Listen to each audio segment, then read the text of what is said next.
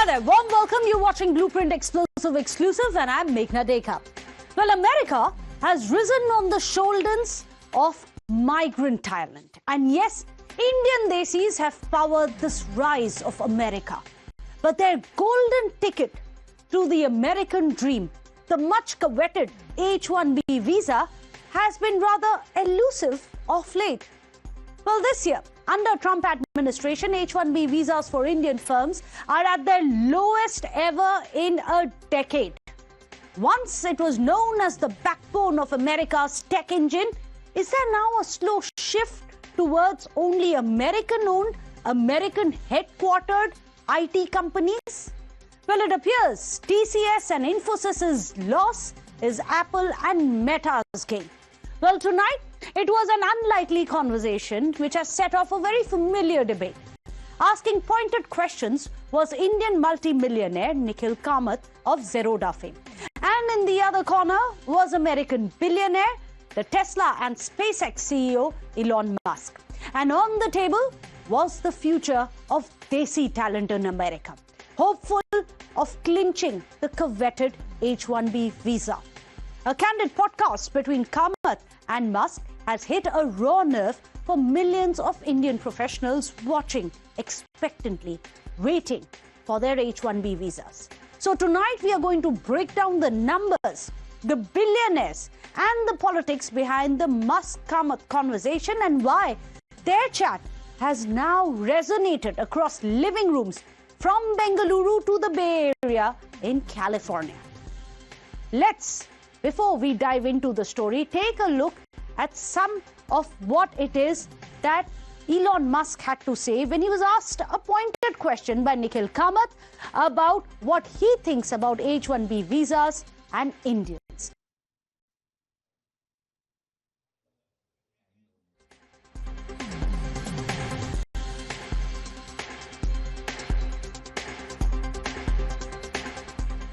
But interestingly, he also pointed out that Indians will benefit, but we'll have to wait and see that there is no misuse of this by the Indian companies who may be looking for certain loopholes. And that's when Elon Musk talked about his Desi family as well.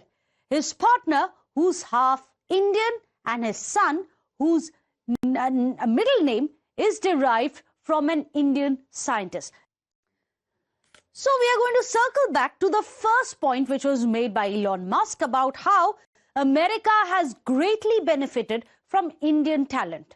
After all, we've had Trump coming out again and again saying it's one thing to dish out golden tickets to America, but quite another when it comes to needing Indian talent, needing technical talent of those who are immigrants. In fact, this is what President Trump too had to say when he made a pitch that yes, indeed, we want skilled labor which may be of immigrant descent.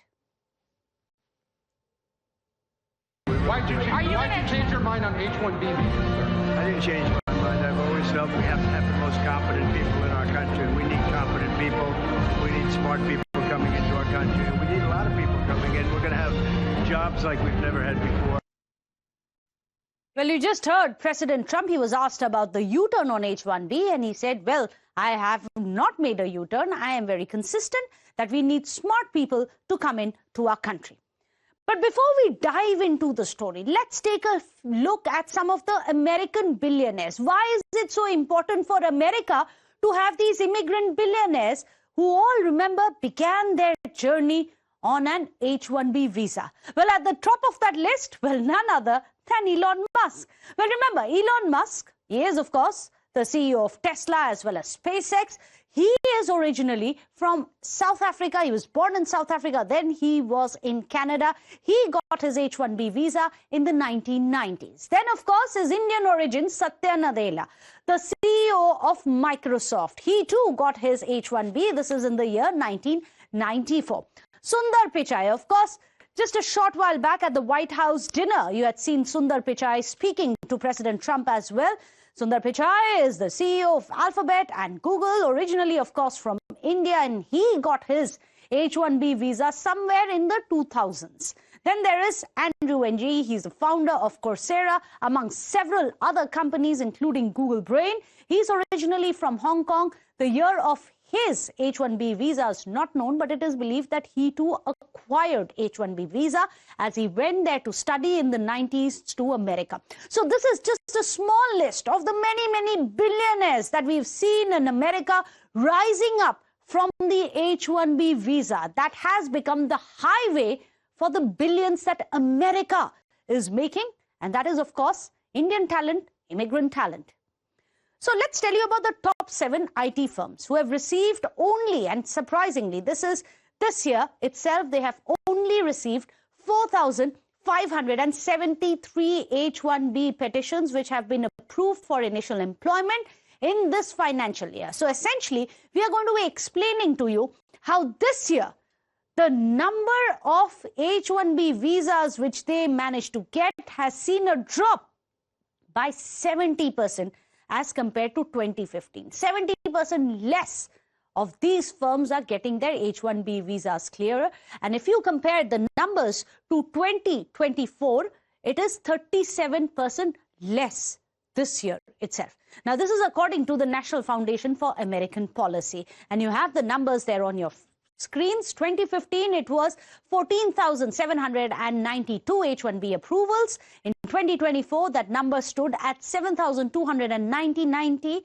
And now in financial year of 2025, it is only 4,573. Huge drop, a 70% drop in this decade alone. So the latest NFAP policy shows a major shift in the H-1B landscape as well, where the trends are moving away from the Indian IT firms towards the US big tech.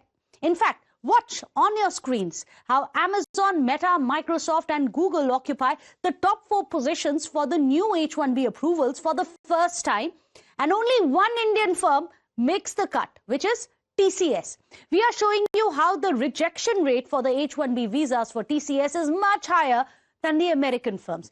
You can see it on your screens. When it comes to TCS, the rejection rate, mind you, this is the rejection rate of H-1B visas that they had applied for, was as high as 7%. You compare that to the American firms. Amazon had a rejection rate of only 1% of the forms that they had submitted. Meta had a rejection rate of 1% as well.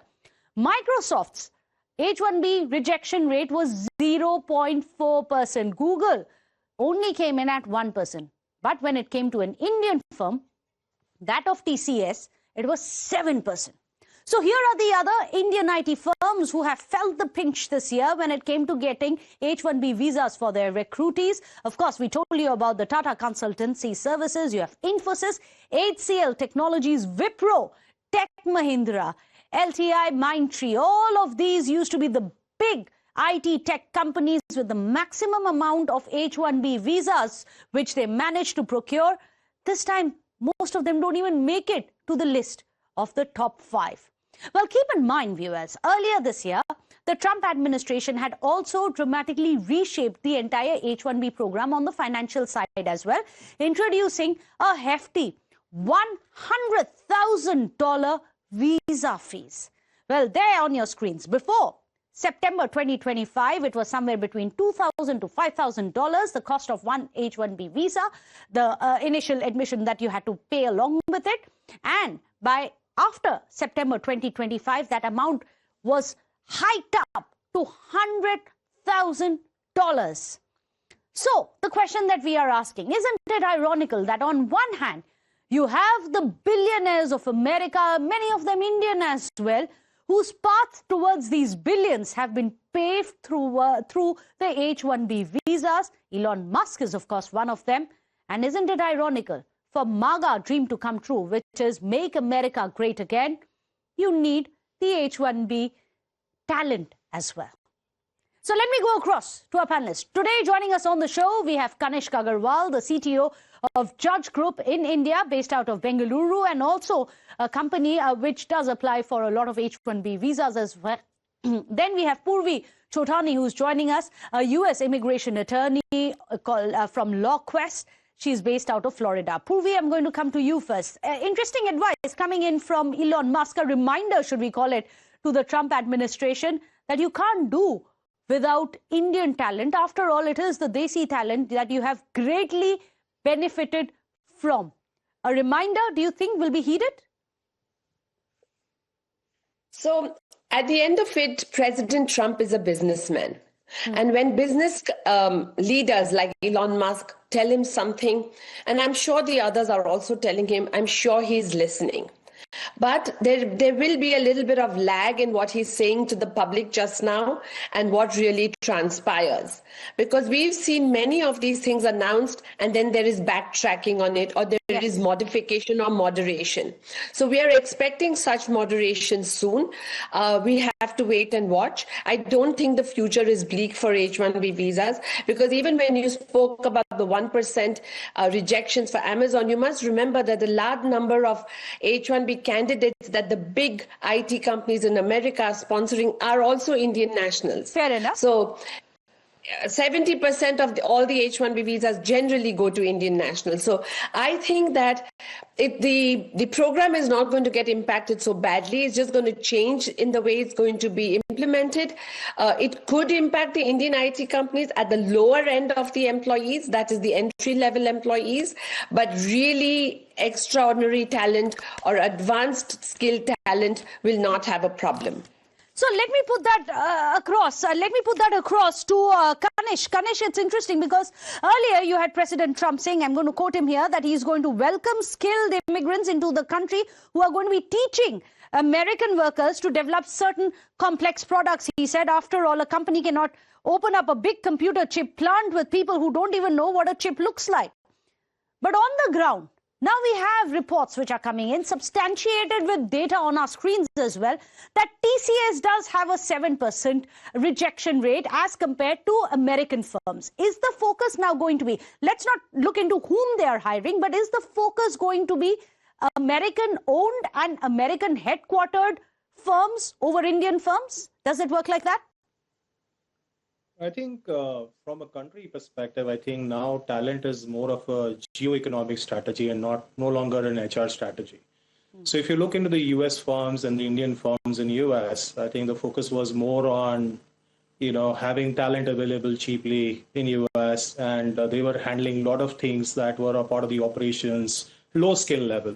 Now, what the US is focusing on, if you look into the visa fees as well, it's being elevated to around $100,000.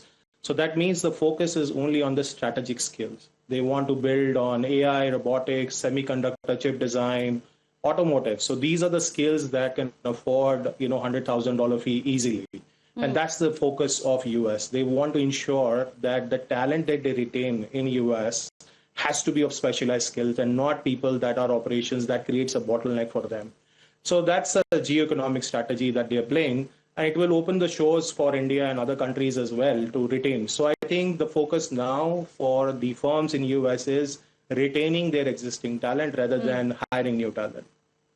So that's been the focus. But Purvi, interestingly, would you agree if I say that it's ironic but true that the path to the MAGA dream, Make America Great Again dream, is likely to be paved via the H-1B visas? Many there don't seem to realize that. I think that the H-1B is definitely one of the pathways to making America great again, because like my co-panelist said, they are going to focus on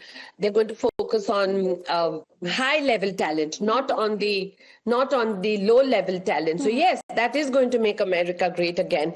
And you must remember one thing, that this 100,000 fee that they have introduced has been introduced this year in September. So it has not impacted the numbers that you are quoting from the policy report.